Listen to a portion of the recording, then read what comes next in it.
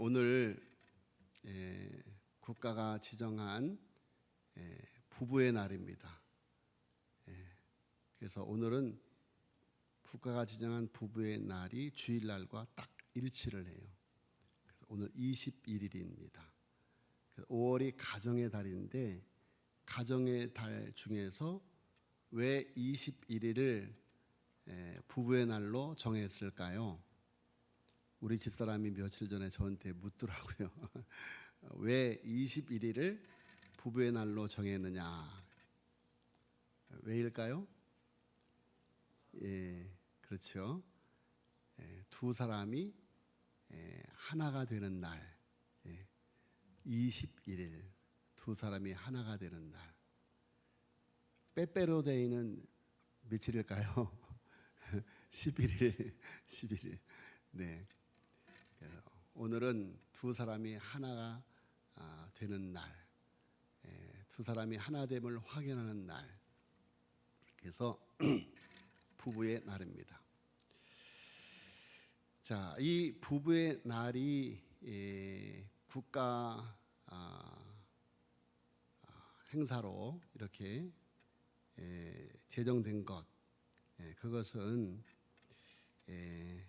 그 시작이 1995년 5월 21일 경남 창원에서 권재도 목사님 부부가 시초로 부부의 날 위원회를 창설하고, 그래서 부부의 날을 기념일로 만들기 위한 청원 운동을 온갖 노력을 다하여 기울인 끝에 2003년 12월 18일 날 부부의 날 위원회가 제출하는 부부의 날 국가 기념일 제정을 위한 청원이 국회 본회의에서 결의되면서 지난 2007년부터 법정 기념일로 지정이 되었다고 합니다. 그러니까 부부의 날은 목사님 부부가 시작한 부부의 날 위원회를 시작으로 해서 이렇게 부부의 날이 제정이 되었다는 것입니다. 탈무드에 이런 말이 있습니다. 늙는 것을 재촉하는 것이 네 가지가 있다. 그것은 두려움, 노여움, 그리고 아이, 악처이다. 이렇게 나와 있습니다. 두 가지는 정신적인 것이고 두 가지는 사람에 관계되는 것인데, 자, 늙게 하는 것이 악처란 말은 있지만 악부란 말은 없어요. 왜 그런가 하면 탈무드는 남성 중심의 글이기 때문에 그렇습니다. 그런데 악부는 늙게 하는 정도가 아니라 죽게 한다라고 어떤 사람이 말했어요. 그래서 남자가 장수하기 위해서는 아내가 반드시 있어야 하고, 아내가 장수하기 위해서는 남편이 반드시 없어야 한답니다. 아내가 장수하기 위해서는 남편이 없어야 된대요. 남편이 장수하기 위해서는 아내가 있어야 되고, 그러니까 남편은 그런데 요즘은 남편이 아내처럼 사시는 분들도 많이 계시더라고요. 남편이 아내처럼 사시는 분들이. 그래서 반드시 다 맞는 말은 아니에요. 웃자고 하는 이야기죠. 자, 그런데 오늘 우리가 아브라함과 사라 부부를 통해서 이렇게 부부의 날을 맞이해서 우리에게 주는 교훈이 아주 크고 많습니다. 아브라함과 사라 부부. 자, 왜 아브라함과 사라 부부가 오늘날 모든 부부에게 이렇게 본이 되고 모범이 되는가? 그런데요, 교회에서 부부에 관한 행사를 하면 이게 또 상처를 받는 분들이 있어요. 혼자 된 분들이 많이 있잖아요. 그래서 그 전에 어느 교회에서 뭐 부부 동반으로 여행을 가고 자꾸 그러니까 상처를 받는 분들이 많이 있어서 그것을 취소했다고 그러더라고요. 자, 그런데 오늘 아브라함과 사라 부부를 통해서 하나님께서 우리에게 주시는 교훈은 혹시 내가 혼자 되었다면 이제 아브라함과 사라의 교훈이 내게 부족하기 때문에 더 크게 오늘 교훈을 받고 그 부족한 부분 우리가 채워 나가야 할 것입니다. 자, 여러분, 우리에게는 신랑 되시는 예수님이 계십니다. 우리를 옆에서 도우시는 성령님, 보혜사 성령님이 계신 줄로 믿습니다.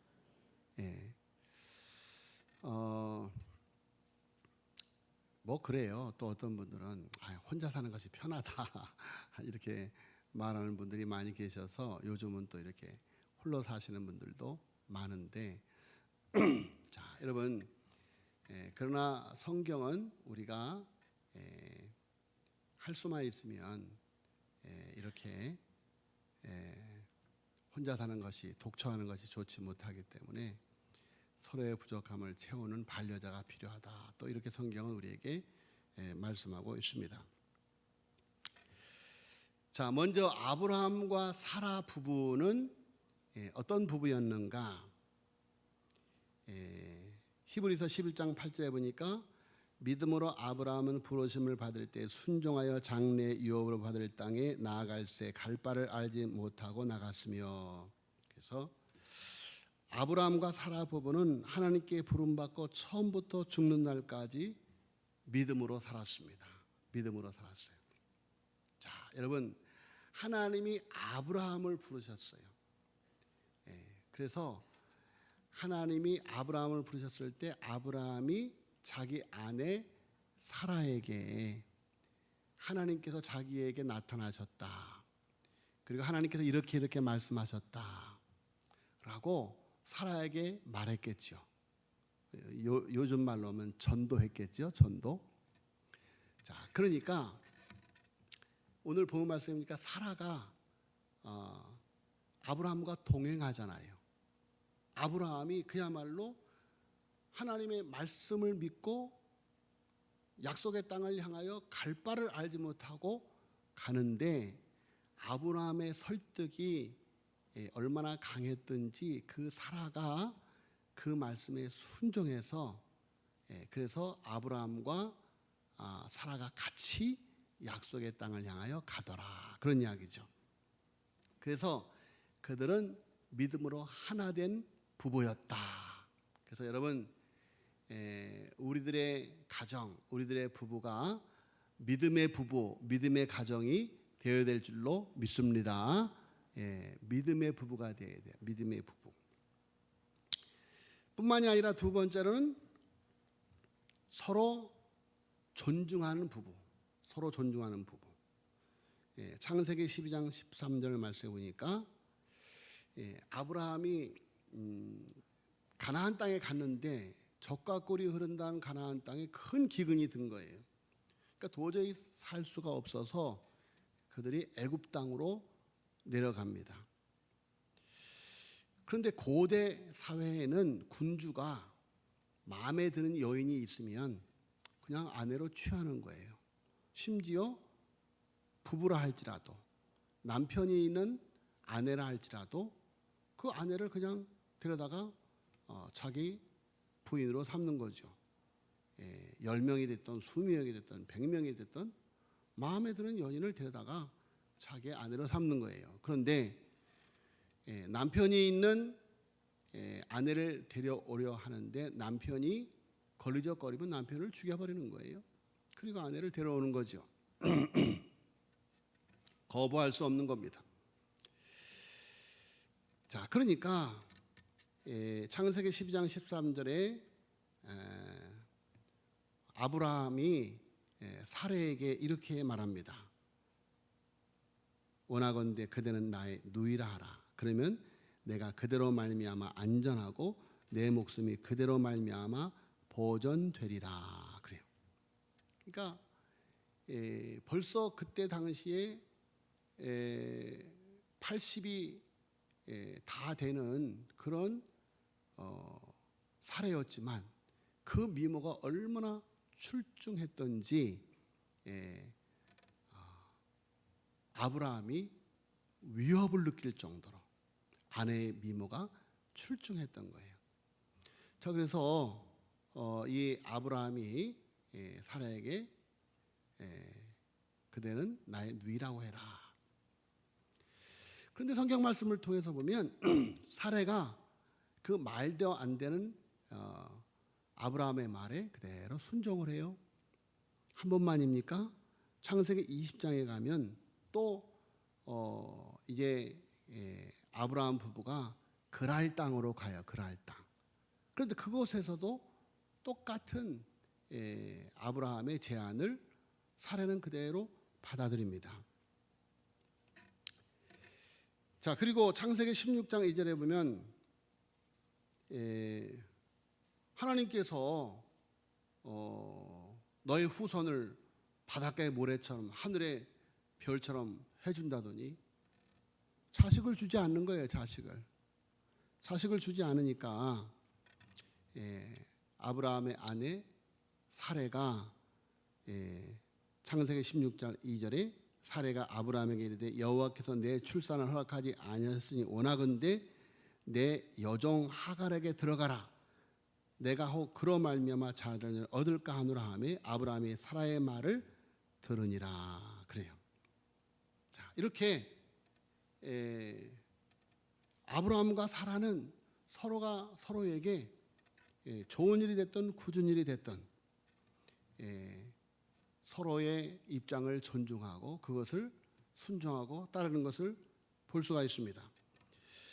자, 그런데 하갈이 아들을 낳았어요. 이스마엘을 낳았죠.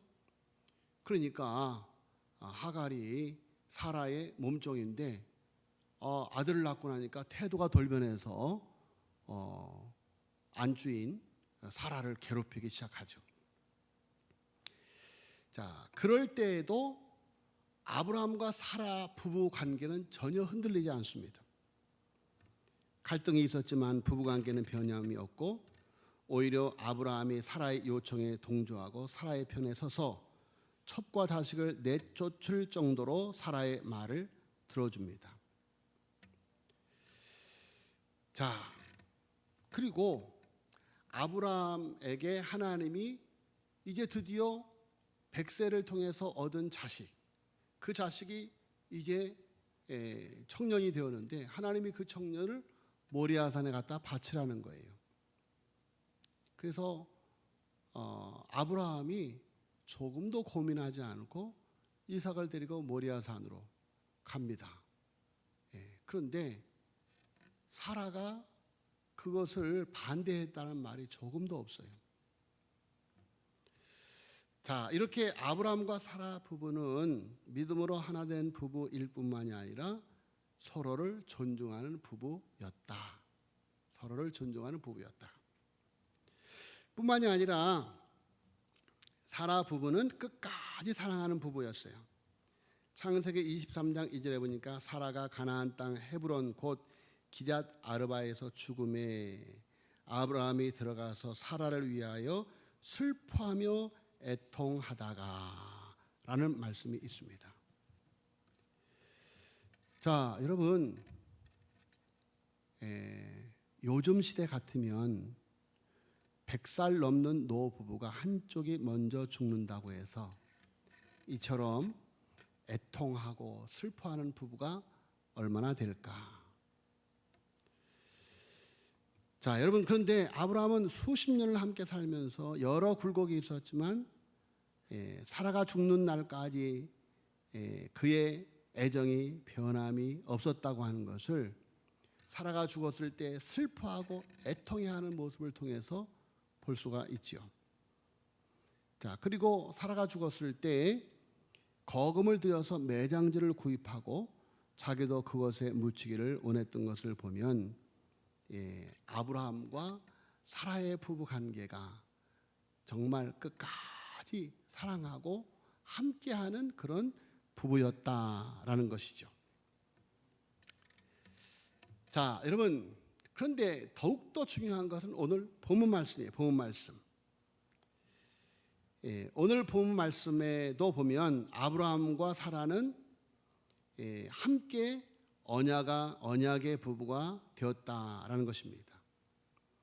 자, 창세기 12장에서 하나님이 아브라함을 부르실 때 너는 복이 될지라 너로 말미암아 땅의 모든 족속이 복을 얻을 것이라 라고 말씀하였습니다. 그러면서 하늘을 우러러 무뼈를 셀 수 있나 보라. 하나님은 아브라함에게 그를 통해서 세계 만민을 구원하는 꿈을 주었어요.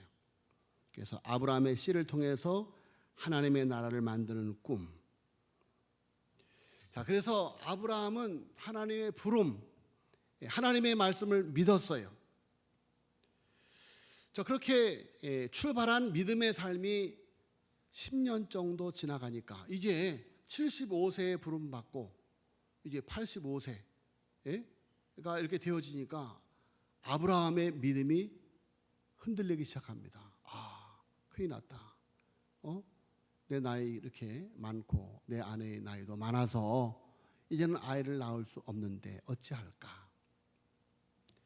자, 그래서 그의 아내가 제안하는 대로 사라의 몸종 하갈을 첩으로 받아들여서 이스마엘을 낳았죠. 자, 오늘 창세기 17장은 1절에 보세요. 아브라함이 99세 때에 아브라함 99세 때에 일어났던 일이에요. 그런데 창세기 16장 마지막을 보면 16장 16절에 하갈이 아브라함에게 이스마엘을 낳았을 때에 아브라함이 86세였더라 그래요. 자, 여러분, 창세기 16장의 마지막에 아브라함이 86세고 17장의 시작은 아브라함이 99세. 그러니까 13년이라고 하는 시간이 크게 아브라함의 행적이 나타나지를 않습니다. 물론 그 전에 이스마엘이 태어난 다음에 가정의 갈등이 있고 그래서 하갈과 이스마엘을 쫓아내고 그런 잠깐의 이야기가 소개되기는 하지만 그러나 이렇게 이스마엘을 낳은 86세로부터 시작해서 오늘 본 말씀 99세까지 13년이라는 시간 동안에 아브라함이 하나님과 동행한 그런 특별한 기록이 나타나고 있지 않다. 자, 그것은 창세기 오늘 본 말씀 17장 18절에 보세요. 18절에 아브라함이 이에 하나님께 아뢰되 이스마엘이나 하나님 앞에 살기를 원하나이다. 이스마엘이나 하나님 앞에 살기를 원하나이다. 하나님이 지금 99세가 되는 때에 아브라함에게 나타나서 내가 네 아내 사라를 통해서 아들을 주겠다라고 말씀을 하는데 아브라함이 그렇게 갈 바도 알지 못하고 약속의 땅을 왔던 그 믿음이 흔들려서 이스마엘이나 하나님 앞에 살기를 원하나이다 이렇게 말하고 있어요. 자, 여러분, 아브라함은 사라가 낳은 약속의 자녀를 포기하고 하갈의 소생 이스마엘로 만족하며 13년 동안 살았던 것을 알 수가 있습니다. 그는 하나님의 꿈을 잃고 세상 사람들과 같이 살고 있었던 것이죠. 그렇지만 하나님은 아브라함이 이스마엘로 만족하며 세상 사람과 같은 삶을 살기를 원하지 않으셨다.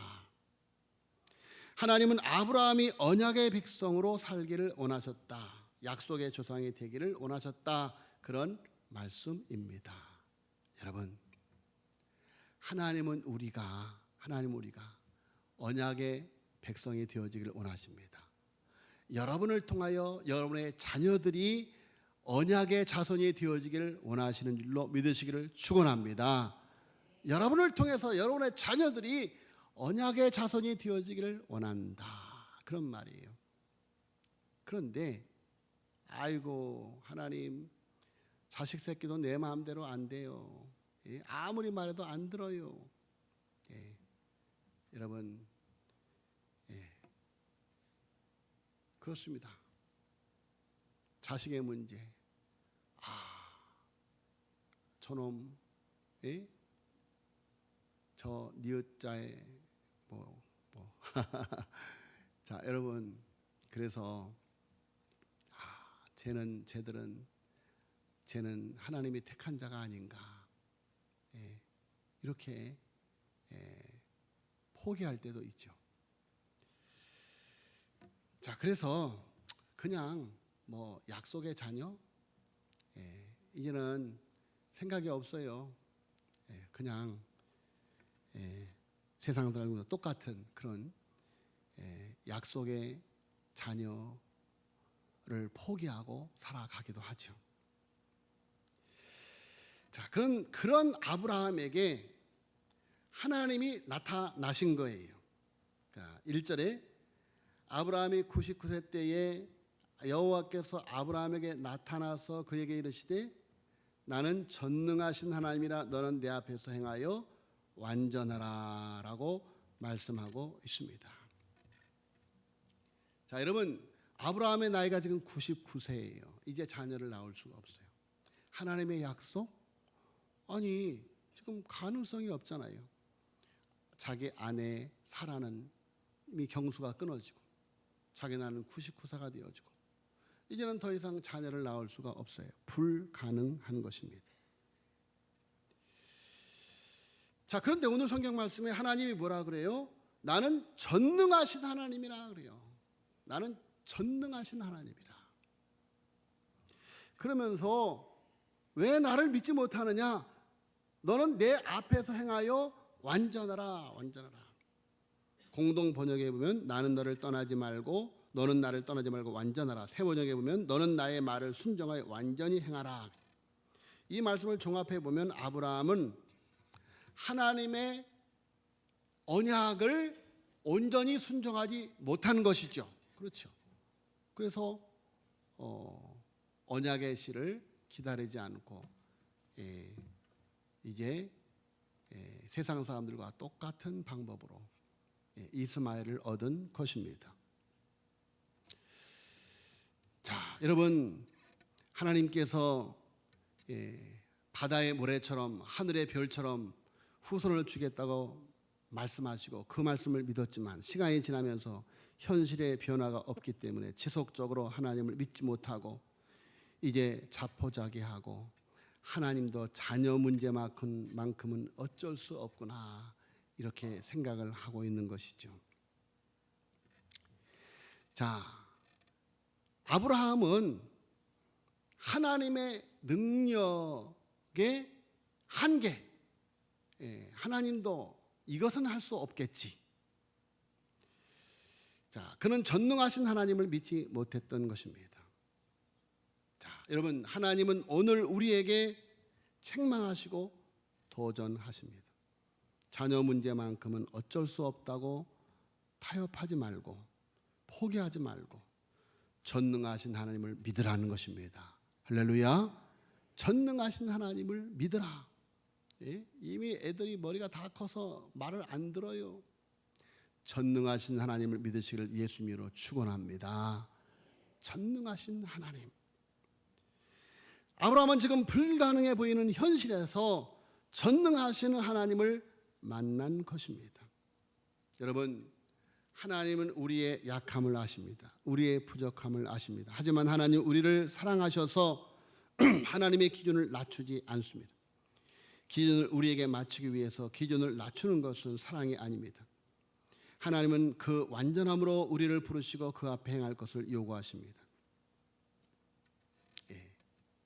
여러분, 하나님이 전능하시기 때문에 여러분, 그 하나님을 의지하면 그 하나님께 순종하면 우리는 온전히 하나님께 순종하는 삶을 살 수 있는 능력이 주어지게 되는 줄로 믿습니다.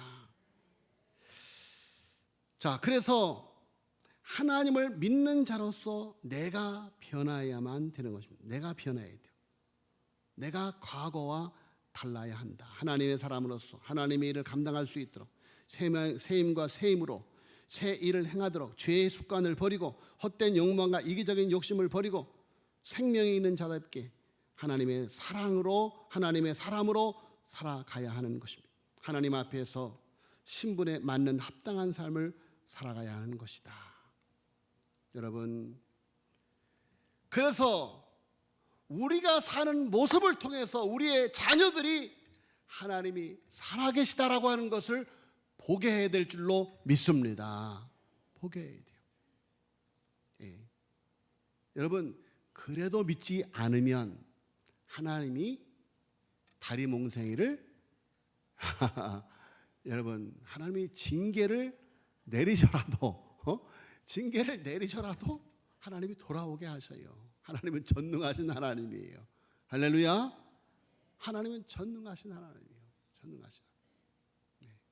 문제는 오늘 말씀에 나는 내 앞에서 너는 내 앞에서 행하여 완전하라.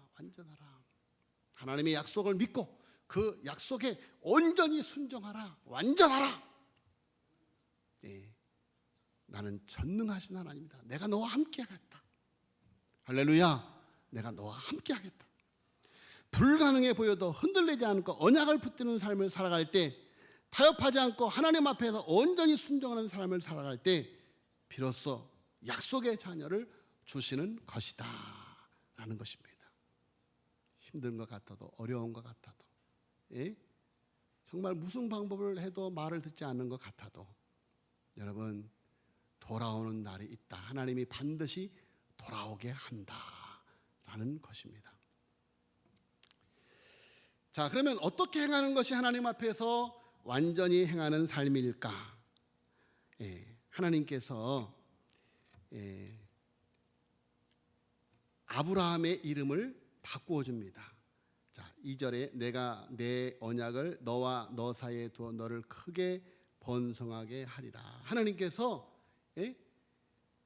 아브라함에게 주신 그 언약을 마치 계약서를 쓰는 것과 같이 계약을 해 주십니다.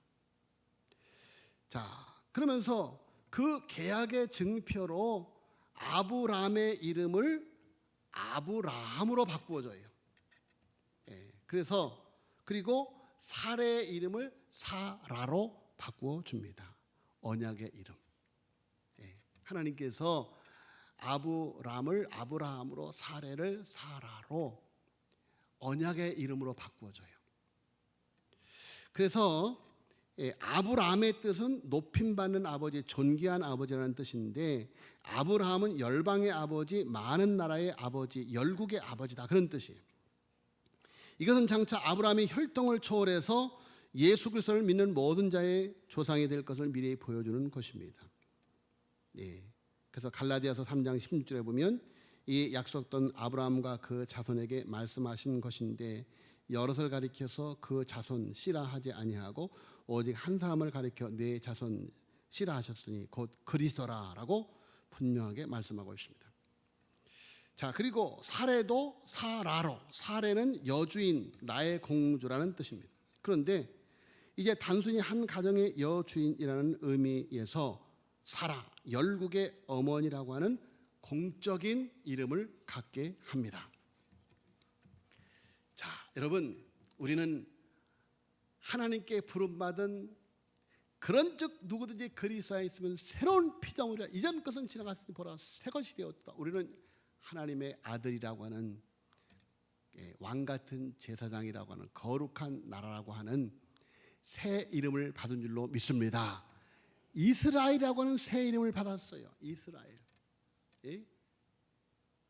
하나님과 씨름하는 사람, 하나님과 씨름하는 사람, 하나님과 더불어 살아가는 사람, 분이엘의 하나님, 주바라기, 해바라기가 아니라 주바라기, 하나님을 바라보는 백성, 그것이 이스라엘이요, 새 이스라엘.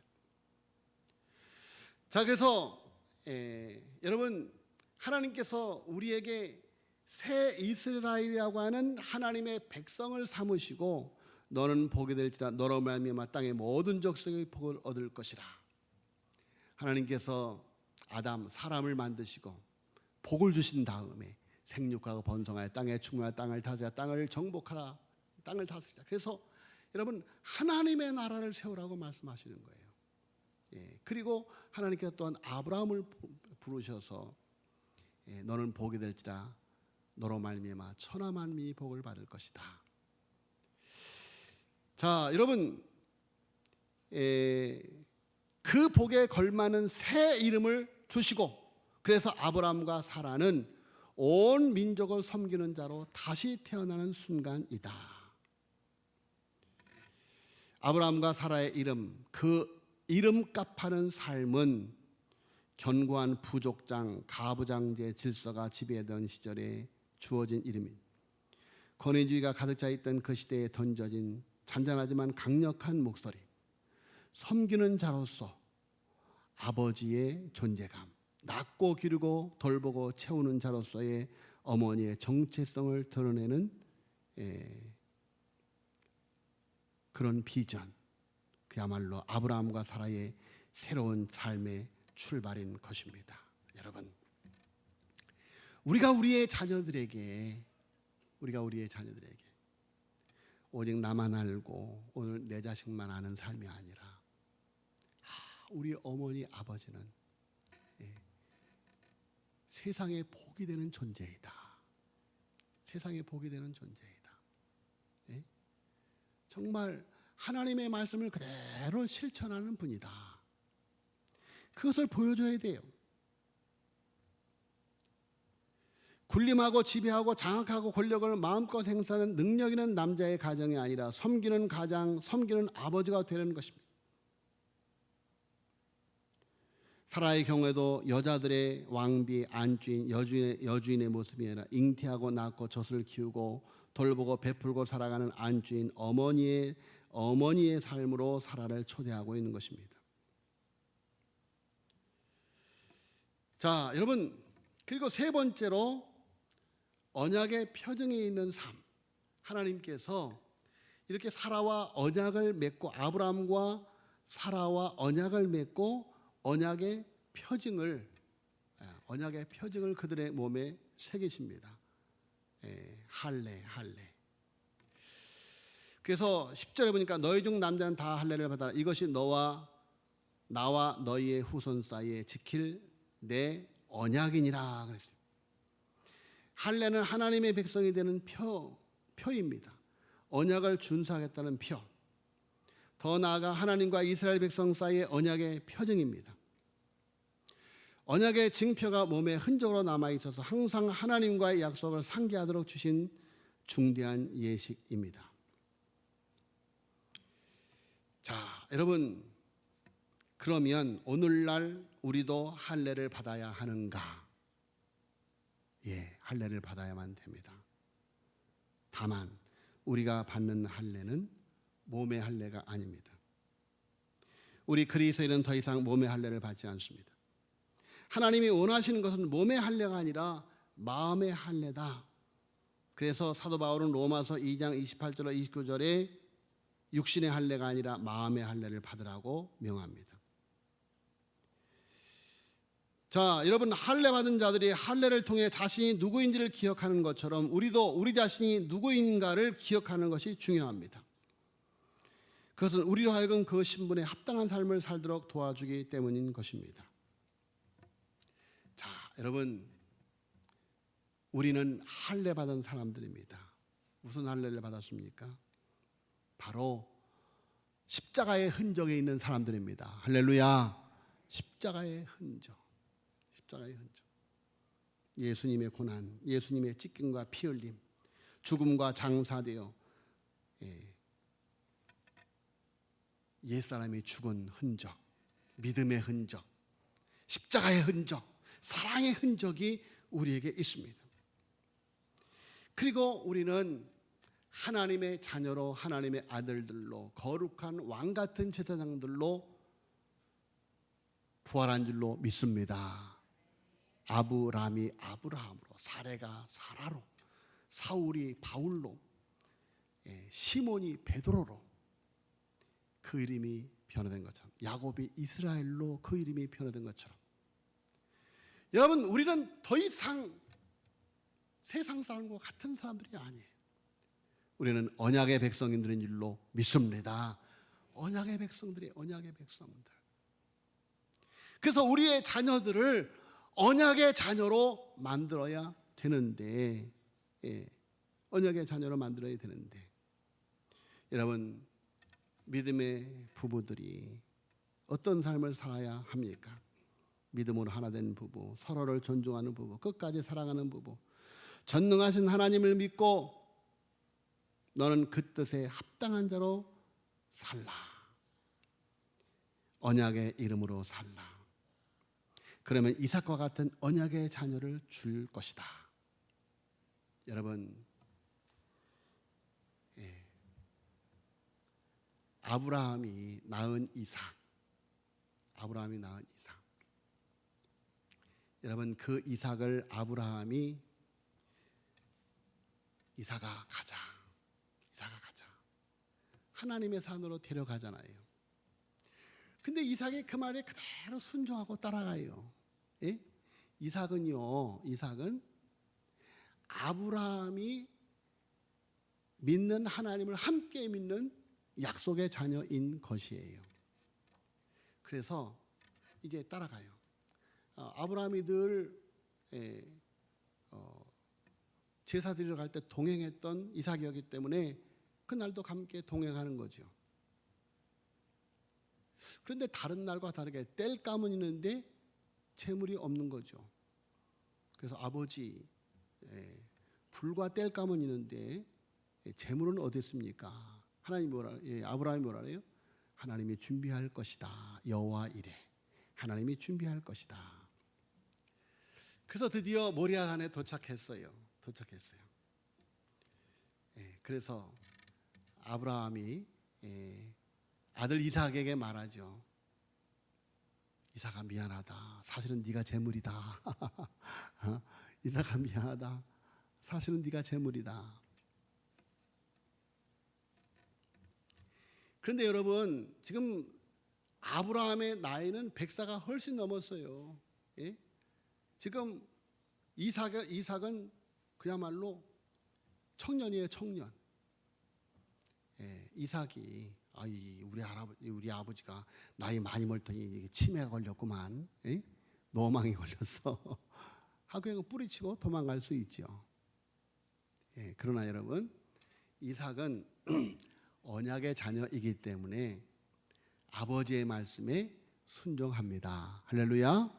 아버지의 말씀에 순종해요. 언약의 자손이기 때문에 순종해요. 에이, 아버지 그게 무슨 말이에요? 나 바빠 죽겠어요. 아르바이트 해야 돼. 뭐 해야 돼요? 하고 말 안 들어요. 주일날 주일을 지켜야 한다고 말 안 듣습니다. 말 안 들어요. 야, 아르바이트 하는 것보다 하나님 믿으면 하나님이 복을 줘. 하나님 네 앞길을 열어줘. 에이, 그게 무슨 말을 듣지 않아요. 요새 아이들 말 안 듣습니다. 나 하나님 믿어요. 믿는데 꼭 그렇게 믿는 거예요? 말 듣지 않습니다. 여러분, 그런데 이삭은 그 아버지의 말에 순종을 하잖아요. 순종을 하잖아요. 그래서 여러분, 이삭은 아브라함 개인의 아들이 아니라 언약의 아들이 된 줄로 믿습니다. 언약의 자손이 된 거예요. 언약의 자손. 여러분, 절망하지 마시기 바랍니다. 전능하신 하나님이 함께 하시는 줄로 믿습니다. 문제는 내가 순종하면 됩니다. 할렐루야. 내가 순종하고 내 삶 속에서 그 언약의 백성다운 삶, 언약의 이름으로 살고, 전능하신 하나님을 믿고 언약의 표징이 있는 삶을 살아갈 때 여러분 나의 자녀들이 순종하고 언약의 자손으로 나오게 될 줄로 믿습니다. 이번 6월 첫째 주일 그런 일이 일어날 수 있도록 남은 시간 우리의 자녀들에게 아브라함이 이삭아 가자라고 할 때 여러분의 자녀들이 순종하는 이삭처럼 순종하는 날이 올수록 기도하시고 전능하시는 하나님을 믿으시기를 예수 이름으로 축복합니다.